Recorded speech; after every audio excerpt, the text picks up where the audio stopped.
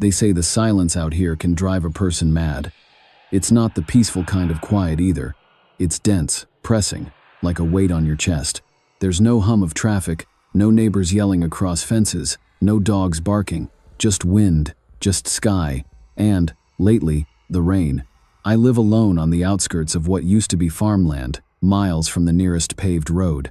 The land is flat and wide, stretching out in all directions, broken only by the occasional fence post or withered tree.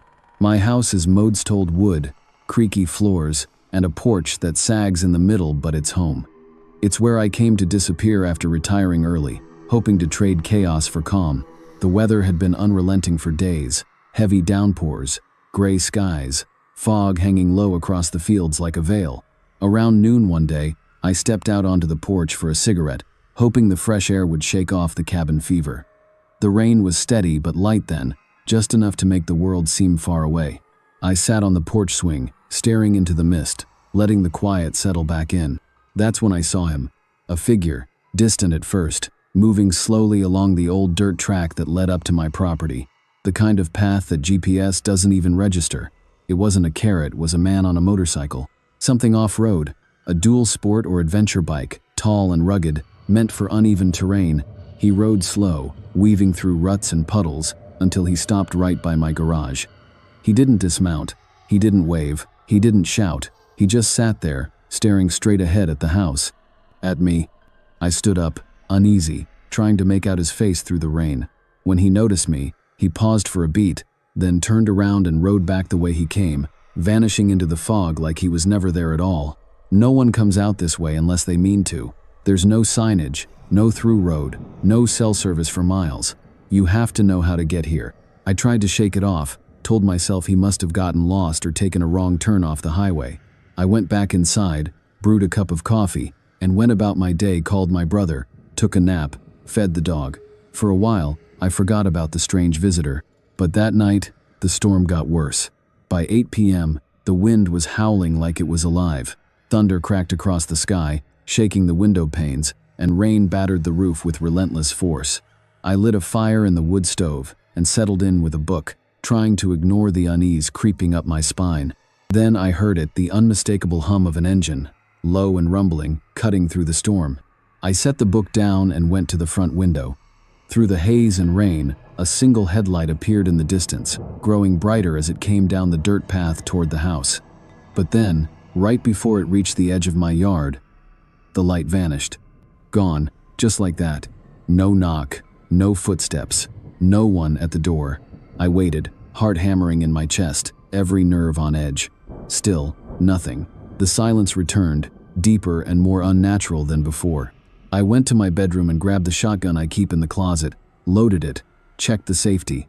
Moving from window to window, I searched for any sign of him. At first, I saw nothing but rain and fog. Then, a flicker of movement, a shadow, darting past the rear of the house. Moments later, I heard its footsteps. Slow, deliberate, wet boots squishing in the mud just outside. I held my breath, listening. The sound circled the house, always staying just out of view.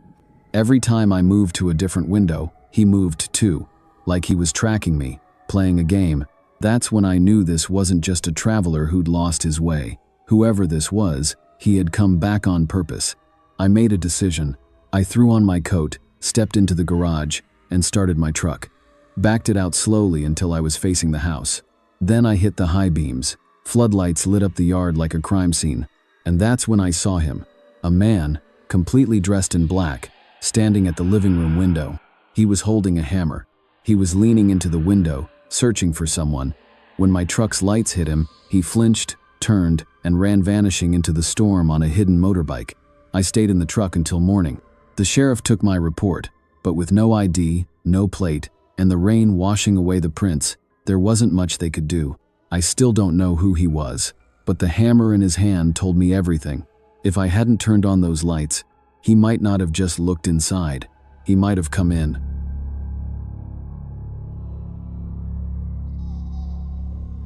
When you're unemployed, time feels strangely slow, heavy, and silent. Last November, after a sudden layoff, I spent the first couple of weeks staying productive, convinced it was temporary. But by the third week, the silence set in. No callbacks, no emails, just the endless scroll and the sinking feeling that no one was listening. It was around that time I stumbled across a job listing on a site I'd never used before. Not one of the big ones, something more obscure, a forum-style board tucked away in the corner of the internet. The listing seemed oddly promising. A sales position, remote-friendly, decent salary, flexible hours. It didn't ask for much experience, which felt too good to be true. But I applied anyway. I had nothing to lose. Within an hour, I received an email from someone named Matt, claiming to be the hiring manager. He said he'd been impressed by my resume and wanted to meet that night, if I was available. Said his schedule was slammed, but he could squeeze me in around 7:30 p.m. It was short notice and a little unconventional, but I was desperate for a win. I replied yes, before I even finished reading the rest of the email. He sent back an address. No company name. No link to a website. Just a street number and a message. Come alone, just ring the buzzer when you arrive. That should have been a red flag. But at the time, all I could think was, finally, a chance. I arrived a little before 7:15.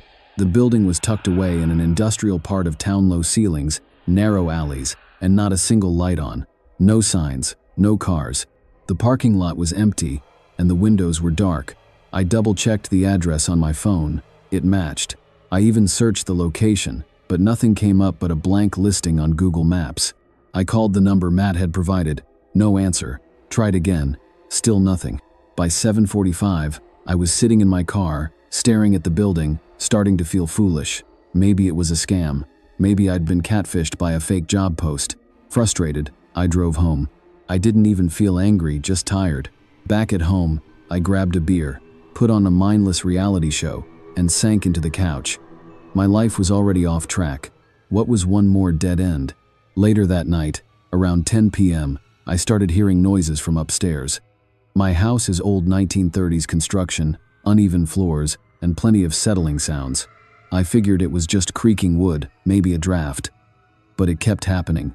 Short bursts of soft thuds and floorboard groans, like someone stepping carefully. I paused the television and listened. Nothing. Silence again. I brushed it off, turned out the lights, and went to bed. I must have fallen asleep quickly, because the next thing I remember is waking up in the middle of the night completely alert.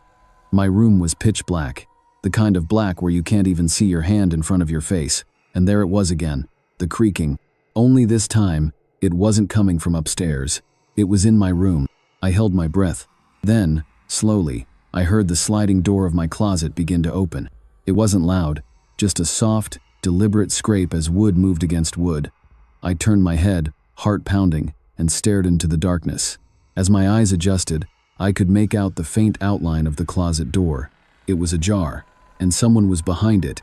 I couldn't move, couldn't think. A shadow shifted inside. Then a shape leaned forward, slowly, deliberately peeking out from behind the door, a human figure. My paralysis broke in an instant. I bolted from bed, grabbed my phone from the nightstand, and ran. I didn't look back. I didn't scream. I just ran. Down the hallway, through the living room, out the front door into the freezing night air. From my yard, hands shaking, I dialed 911. I kept my eyes on the windows, especially the staircase.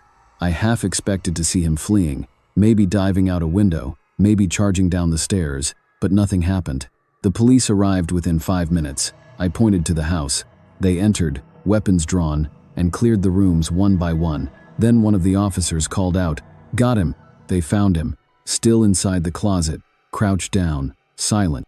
He didn't fight, didn't run, didn't even speak. I saw him when they brought him out. He looked like he hadn't bathed in weeks. Long, oily hair, clothes that hung off his frame like rags. His face was pale, eyes wide and empty, like he wasn't even present. He never said a word.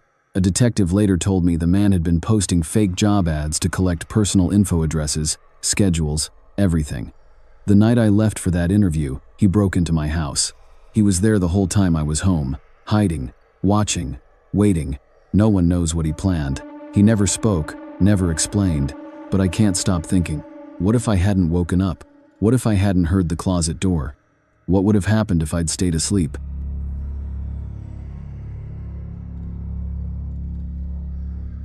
There are moments in life that split your timeline clean in two before and after.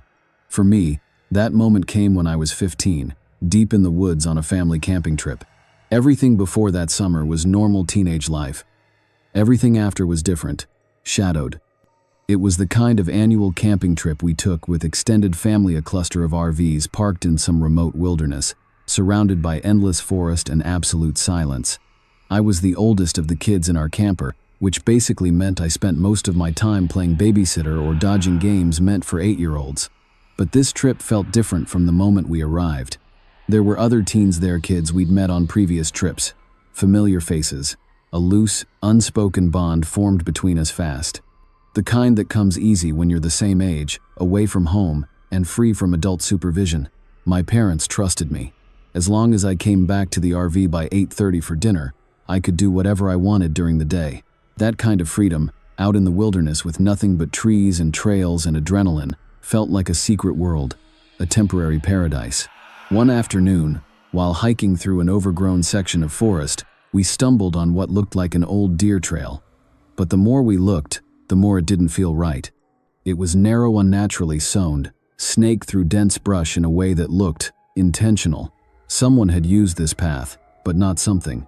We marked the entrance by snapping a branch and decided to explore it later. Not far from there, I noticed something strange, a low opening between the roots of 2 collapsed trees, a tunnel, or maybe a crawl space, leading into darkness. I didn't investigate at the time, just made a mental note. That night, someone suggested we play manhunt. Half of us were thrilled, the others nervous, but it didn't matter. The game was on. Flashlights were passed around. Rules were simple. Runners hide, hunters seek. If a hunter tags and names you, you're out and become a hunter yourself. Last one hiding wins. I started as a runner. We had a 5-minute head start, and I used mine to head straight for that tunnel. I didn't want the usual hiding spot, I wanted something no one else would try. I passed a few others tucked behind trees or under ferns. I heard one whisper, "Where the hell is he going?" I reached the tunnel just as the hunters were released. I dropped to my knees and crawled inside, brush scratching my arms and legs. The tunnel was tight, damp, but just wide enough. After a few feet, it curved left into what I thought was a dead end. But then I spotted something, another hidden path branching off to the side. Almost invisible unless you were already inside. I followed it. The air got colder, the path narrowed, and then I emerged into a small hollow, like a natural pit tucked into the hillside. Quiet, still, and then I saw her. A young woman, naked, curled in the fetal position. Her body was stiff, her skin pale. Deep gashes and stab wounds marked her back and legs. Her dead eyes stared blankly ahead at me, or maybe through me. I froze. I didn't scream. Couldn't. My whole body locked. My knees gave out and I dropped, barely able to breathe. Time stopped. Then I heard footsteps. Not the shuffle of friends playing a game, not whispers or laughter. Heavy, wet steps, and breathing, close. He was dragging something. Instinct took over. I pressed back into the hollow, barely breathing. By some miracle, the man missed the side path. I heard him mutter something low, angry, and keep moving past. I didn't wait. I scrambled out of the hollow, tearing through branches and leaves. I could hear him behind me, running, breathing hard, cursing under his breath. I didn't look back. The undergrowth ripped at my legs, and my flashlight bounced wildly in my hand. Somehow, I didn't trip. Somehow, I didn't fall. I sprinted faster than I ever had in my life. The trees thinned, the trail widened, and then I saw the lights of the campsite. I burst into camp, screaming, shaking, covered in dirt and scratches. People stared as I collapsed, trying to explain what I'd seen. At first, no one believed me, but then the adults saw the terror in my face, and everything changed. My mom and aunt rushed into the forest, calling for the others. The game ended instantly. Every teen was found and brought back, shaken but safe. The police arrived within the hour. They combed the area with dogs and flashlights. Eventually, they found him, a man dressed in filthy clothes, hiding near the tunnel entrance. He was carrying a knife and a trash bag filled with tools. Some were bloodstained. Others looked like they'd been used more than once. They later confirmed the woman's body. She hadn't been reported missing yet. No one knew who she was for a while. As for the man, he never spoke, never explained. To this day, No one knows how long he'd been out there, or how many others there might have been. I don't like thinking about it, but I do, all the time. I dream about it more than I'd like to admit. In the dreams, I don't run fast enough, I don't make it out, and I can feel him right behind me, breathing down my neck. And this time, he catches me,